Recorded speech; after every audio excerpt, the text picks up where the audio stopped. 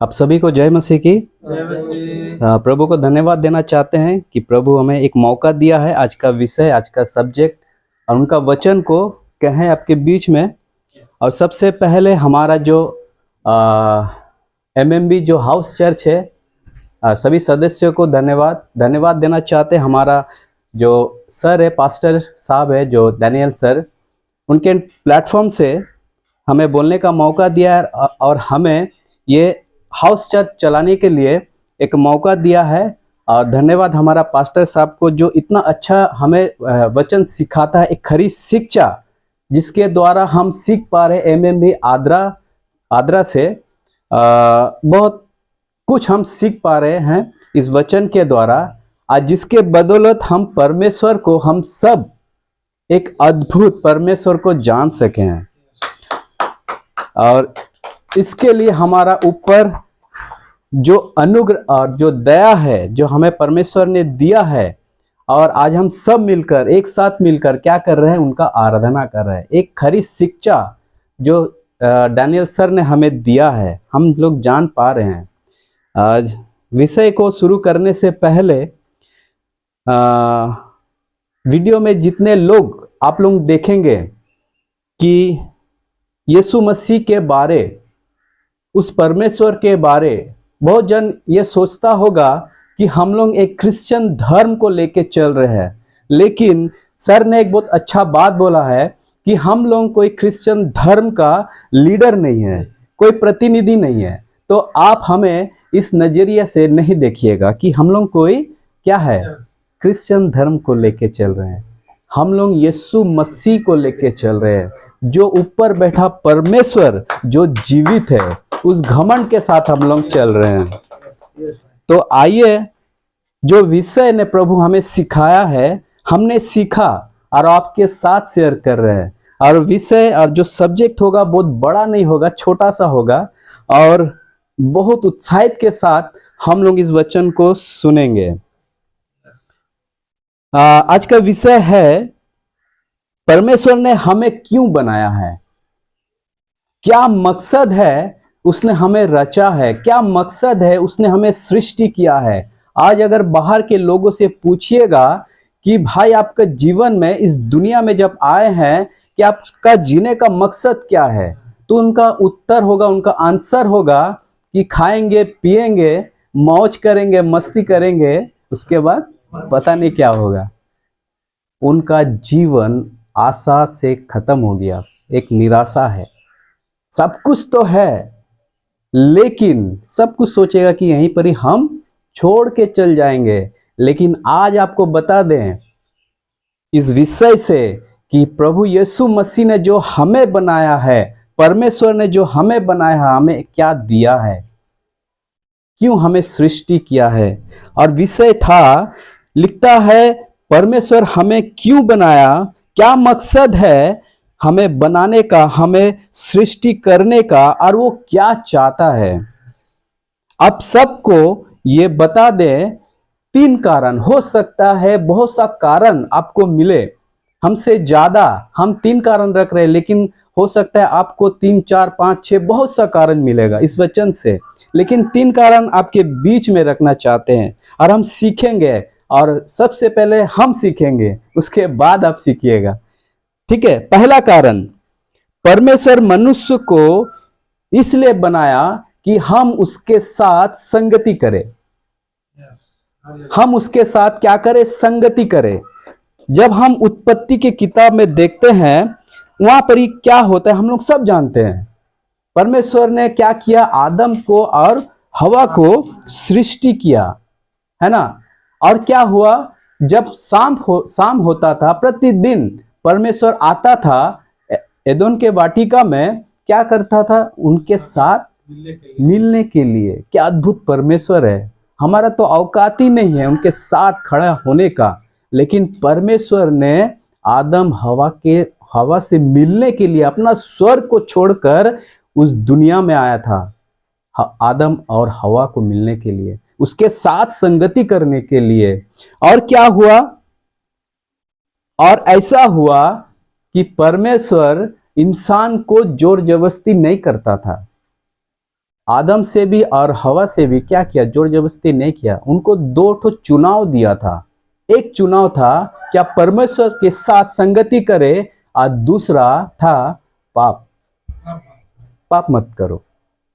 लेकिन आदम हवा ने क्या किया है, संगति को छोड़ दिया है, क्या किया है, पाप में चले गया है, परमेश्वर का आज्ञा को तोड़ा है।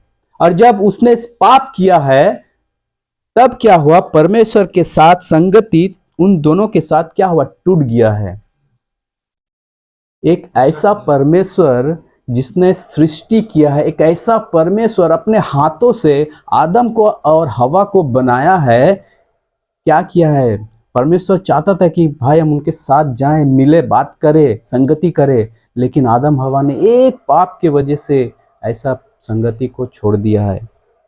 लेकिन परमेश्वर ने क्या किया है, जब देखा हम जब पाप कर रहे हैं, जब आदम हवा ने पाप किया है, वो तभी भी जब संगति टूट गया, वो तभी भी चाह रहा था कि ये इंसान क्या होगा, वो दंड में, वो नरक में चले जा रहा है, वो हमसे दूर चले जा रहा है। लेकिन परमेश्वर का अद्भुत प्रेम को देखिए, एक मात्र अपना एक लौता पुत्र को क्या किया, वो हमारे लिए छोड़ दिया, हमारे लिए रख दिया है। जो संगति टूट चुका था, वो संगति क्या हुआ, फिर से जोड़े, किसके द्वारा, हमारे उद्धारकर्ता प्रभु यीशु मसीह के द्वारा। जो पाप में हम थे, जो गुनाह में था, यीशु मसीह क्या किया है, परमेश्वर क्या किया, यीशु अपना एक लौता पुत्र को छोड़ दिया है कि जाए, मेरा वो इंसान जो नरक में जा रहा था वो बच जा, मेरे साथ संगति करे, संगति करे। फिर क्या हुआ, इतना पाप करने का बाद भी परमेश्वर चाहता है कि हम उसके साथ संगति करें।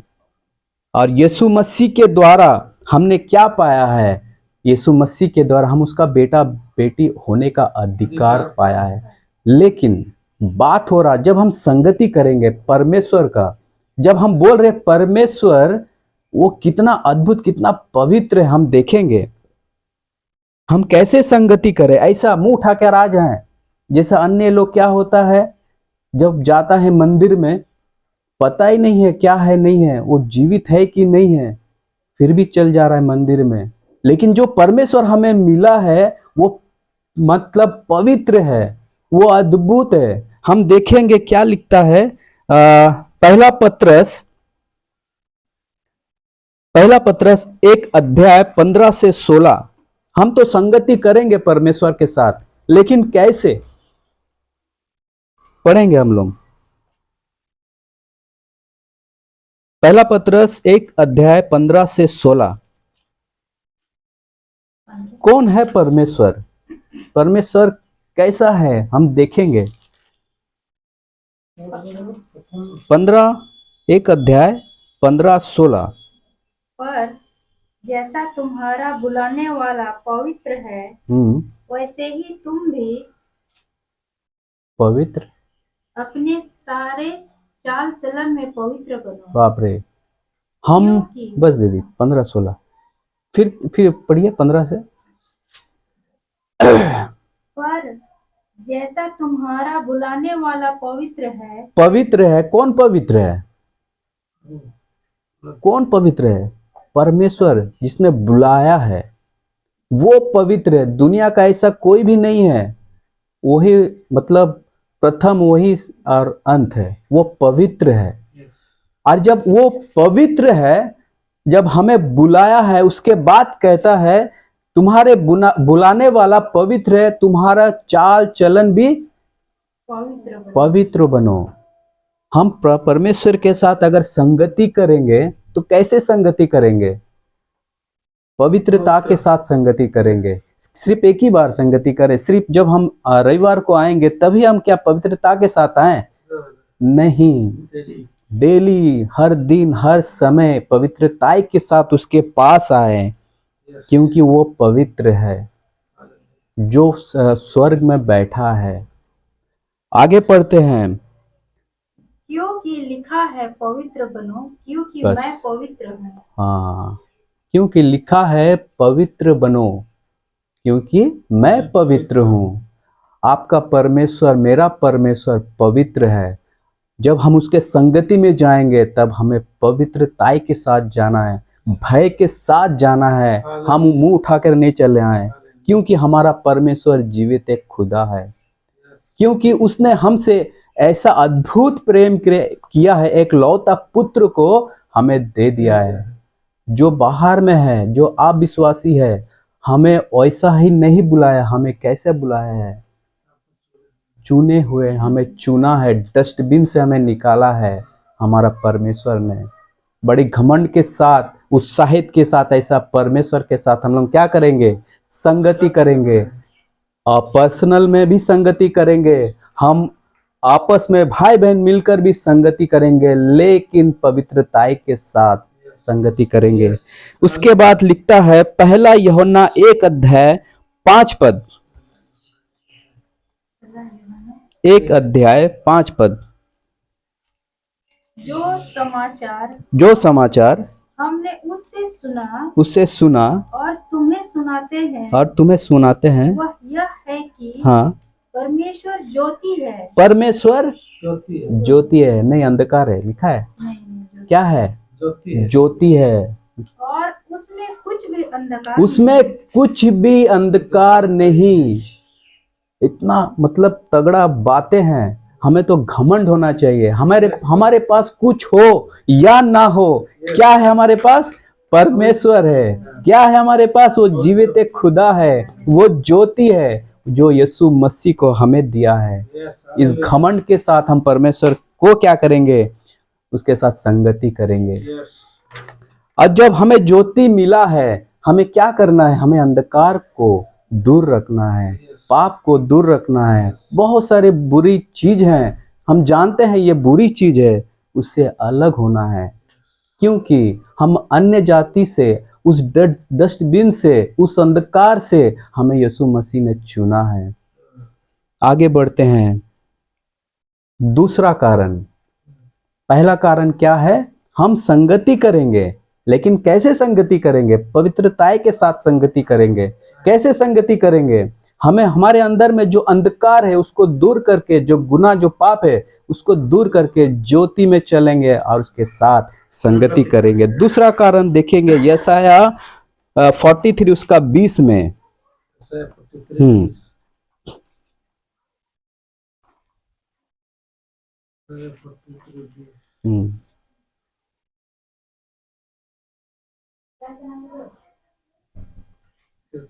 यशाया 43 उसका 20। और शुतुरमुर्ग आदि जंगली जंतु मेरी महिमा। हाँ, 43 20 ठीक है। गीदड़ और शुतुरमुर्ग आदि जंगली जंतु मेरी महिमा करेंगे, क्योंकि मैं अपनी चुनी हुई प्रजा के पीने के लिए जंगल में जल और निर्जल देश में नदियां बहाऊंगा। नहीं, वहाँ प्रजा, मेरी प्रजा गुणवाद करेंगे, ऐसा कुछ है ना? हाँ, प्रजा।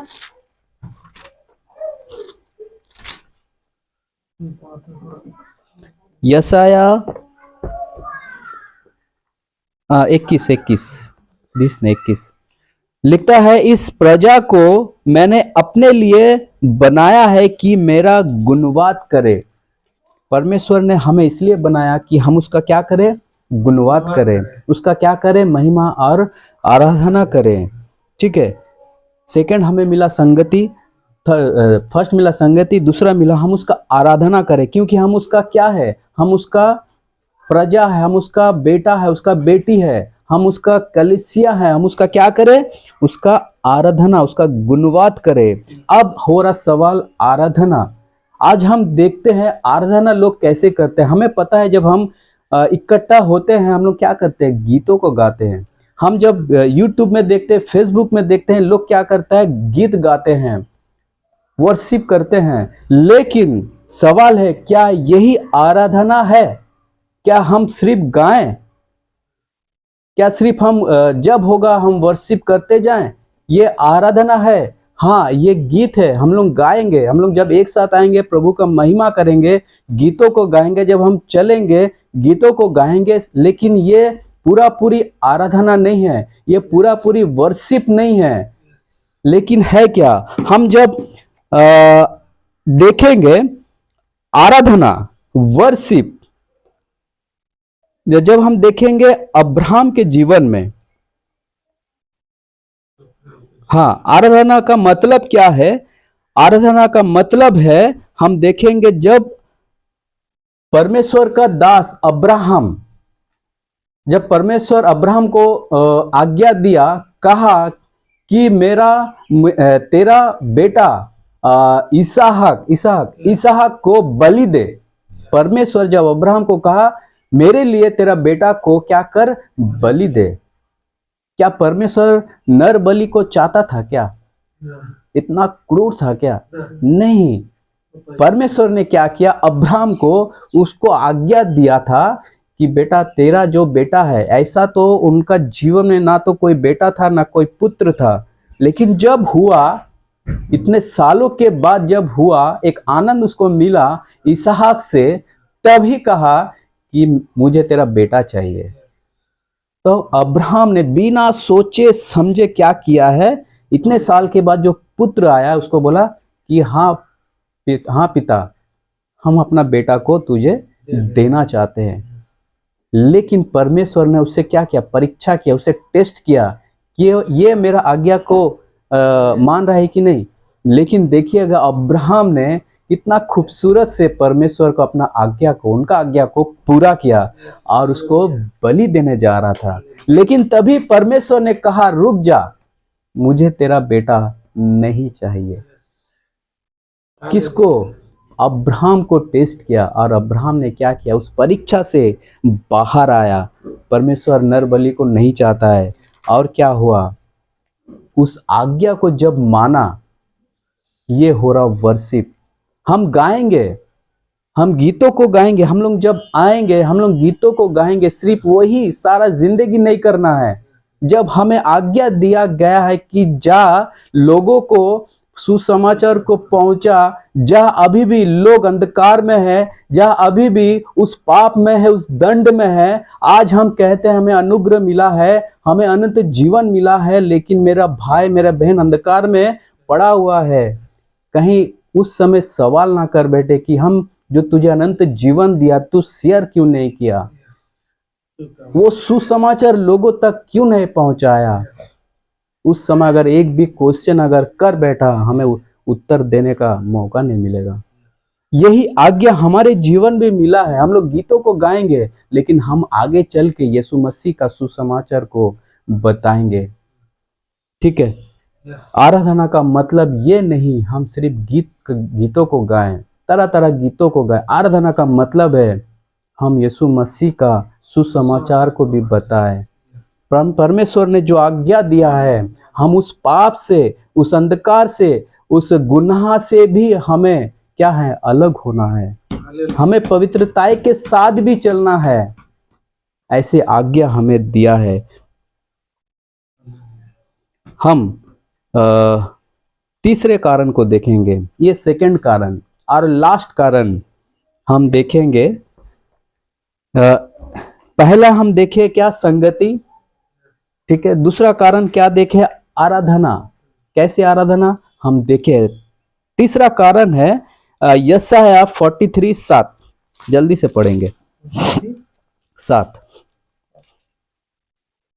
43:7 যে কেহ আমার নামে আখ্যাত যাহাকে আমি আমার গৌরবার্থে সৃষ্টি করিয়াছি সেই ব্যক্তিকে আনিয়া দেও। আমি তাহাকে নির্মাণ করিয়াছি, আমি তাহাকে গঠন করিয়াছি। हर एक जो मेरा कहलाता है, कौन कहता है, परमेश्वर। हर एक जो मेरा, सबको कहा क्या, सबको नहीं कहेगा। परमेश्वर कहता है जो मेरा कहलाता है वो क्या करेगा, जिसको मैंने अपनी महिमा के लिए सृजा है।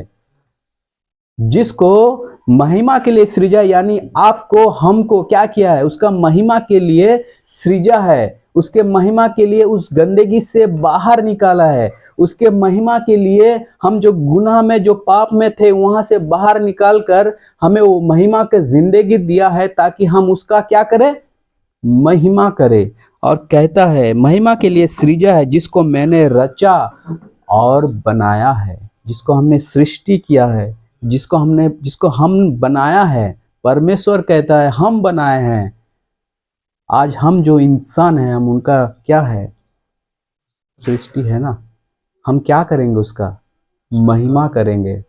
बहुत सा टाइम हम बर्बाद कर दिए हैं, बहुत सा समय को हमने बर्बाद कर दिए हैं कि किस लिए? सिर्फ पाप के लिए, सिर्फ गुनाह के लिए। क्या किस लिए? सिर्फ आनंद मौज मस्ती के लिए। लेकिन हमें वो फोकस मिला है, हमें वो जिंदगी मिला है, हम क्या करेंगे? उसका महिमा। इसलिए हमें वो परमेश्वर क्या कहता है? हमको बनाया है, हमें सृष्टि किया है। हमारा एक लक्ष्य, हमारा एक मकसद है जिंदगी का। हो सकता है हमारे लिए कुछ नहीं है, हमारे पास बहुत सारा धन संपत्ति प्रॉपर्टी नहीं है, लेकिन हमारे पास एक खुदावंत है जो यीशु मसीह है, जो स्वर्ग में है, जो आज भी वो हमारे लिए सोचता है। तीसरा कारण महिमा हम करेंगे। पहला यूहन्ना 15:8 का पढ़ेंगे जल्दी से। यूहन्ना 15:8 हमारे ইহাতে আমার পিতা মহিমান্বিত হন যে তোমরা প্রচুর হিন্দি পড়বা, প্রচুর ফলে ফলবান হও আর তোমরা আমার শিষ্য হইবে। হিন্দি পড়বো 15:8।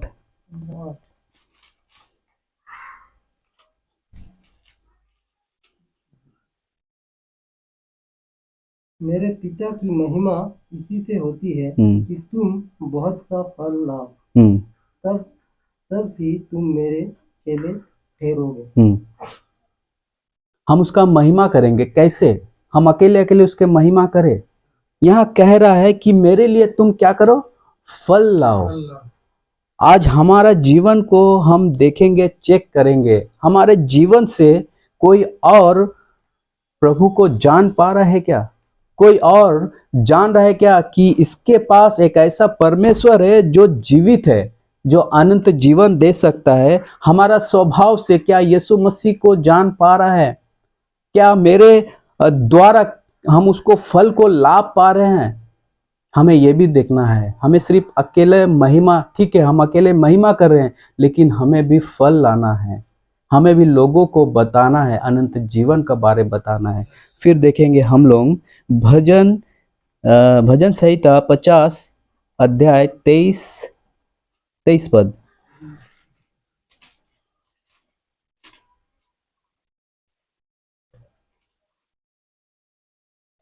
भजन 50:23 पद।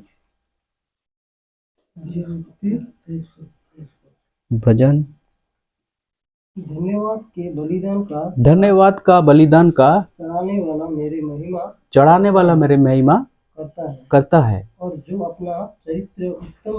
जो अपना चरित्र उत्तम रखता है उसको मैं परमेश्वर का किया हुआ उद्धार दिखाऊंगा। उत्तम चरित्र रखता है। आज लोग, बाहर के लोग कहता होगा कि ये लड़का बहुत अच्छा है, ये लड़की बहुत अच्छा है, स्वभाव का बहुत अच्छा है, लोग कहता है। क्या वो अच्छाई से प्रभु को महिमा मिल रहा है? क्या वो जो इंसान कहता है लड़का अच्छा है, उससे क्या प्रभु को महिमा मिल रहा है? ऐसा अच्छाई का कोई फायदा नहीं है। परमेश्वर कहता है क्या? धन्यवाद का बलिदान का चढ़ाने वाला मेरी महिमा करे और जो अपना चरित्र उत्तम रखता हो। परमेश्वर का नजर में अगर हमारा चरित्र उत्तम नहीं है तो बेकार है। हम कितने भी अच्छा स्वभाव के, कितना भी अच्छा क्यों ना हो, लेकिन हमारा चरित्र अगर परमेश्वर के आंखों के सामने अगर उत्तम नहीं है तो कोई काम का नहीं, सब बेकार है। तो कहता है कि धन्यवाद का बलिदान का चढ़ाने वाला मेरी महिमा करे और जो अपना चरित्र उत्तम रखता हो उसको मैं परमेश्वर का दिया हुआ उद्धार दिखाऊंगा। ऐसे बात कौन कहता है? ऐसे बात परमेश्वर छोड़ के कोई नहीं कहता है, यस हालेलुया। है ना। जब हमारे जीवन हम महिमा करेंगे, कैसे महिमा करेंगे, कैसे महिमा करेंगे? जब हम सुख में होते हैं तभी हम महिमा करते हैं ना। लेकिन वचन कहता है हम जब दुख में भी रहेंगे, हम जब परेशानी में भी रहेंगे, हम मेरा जीवन में बहुत सारा परीक्षाएं हैं, हम तभी भी क्या करेंगे? उसको महिमा देंगे। और ऐसा ही बात यूहन्ना 11:4 में देखेंगे। जब लाजर को क्या किया? लाजर मर चुका था, है ना, मर चुका था, आशा खत्म हो गया था उनका जीवन में, मतलब कोई क्या होगा नहीं पता था। लेकिन 11:4 यूहन्ना 11:4 यह सुनकर यीशु ने कहा यह बीमारी मृत्यु की नहीं, हाँ, परंतु परमेश्वर की महिमा के लिए है, कि उसके द्वारा हाँ, परमेश्वर के पुत्र की महिमा हो। हाँ, हमारे जीवन में जब दुख तकलीफ कष्ट आएगा, संकट आएगा, हम किसी इंसान के पास क्या करेंगे? नहीं जाएंगे। हमें घुटनों में आना है, हमें उस परमेश्वर को, यीशु मसीह को बताना है, बोलना है प्रभु ये परिस्थिति जो है इसके बीच में भी हम आपको क्या करेंगे? महिमा करेंगे। जब लाजर, जब उसका जीवन में कोई आशा नहीं था, वो मर चुका था, तभी यीशु मसीह ने एक अद्भुत बात किया है। उस समय उस लाजर को क्या किया दीदी? जिलाया। ये एक ऐसा बात है जो कि हमारा जीवन में जब दुख होगा तब हम परमेश्वर को, सुख होगा तब हम परमेश्वर को हम क्या करेंगे? उसका महिमा करेंगे। ऐसा नहीं दुख में सिर्फ कल ही रोते रहेंगे, महिमा करेंगे। हम आंसू बहाएंगे लेकिन हम उस खुदा को हम दिखाएंगे, तब हम उसको महिमा करेंगे और खुशी में भी उसका बहुत महिमा करेंगे। ये 3 कारण हम आपके बीच में रखे हैं। हो सकता है आपके पास 4-5 बहुत सारा कारण होगा, लेकिन ये 3 कारण जब हमको मिला है, हम बड़ी उत्साहित हो गए थे और हम जाने कि परमेश्वर हमें जो रचा है, हमें जो सृष्टि किया है, एक उद्देश्य है और उद्देश्य यही है हम उसका संगति करें, आराधना करें, महिमा करें बड़े उत्साहित के साथ। हो सकता है आपके पास कुछ ना हो सकता है आपके पास कोई धन संपत्ति ना हो, लेकिन आपके पास खुदावन यीशु मसीह है, बस अनंत जीवन है। बस इसी को लेकर हम बड़े उत्साहित के साथ जीवन को बिताएंगे। इस छोटी सी विषय, छोटी सी सब्जेक्ट हम आपके साथ शेयर किए हैं। हमने बहुत कुछ इसमें सीखा है और जाना भी है, और प्रभु को धन्यवाद दे इस वचन के लिए। मैं बोलने वाला मैं कोई नहीं हूँ, मेरा यीशु मसीह है जिसने हमें सामर्थ और शक्ति दिया है। इस छोटी सी बातों के लिए हमारा उद्धारकर्ता प्रभु यीशु मसीह को धन्यवाद दो। Thank you.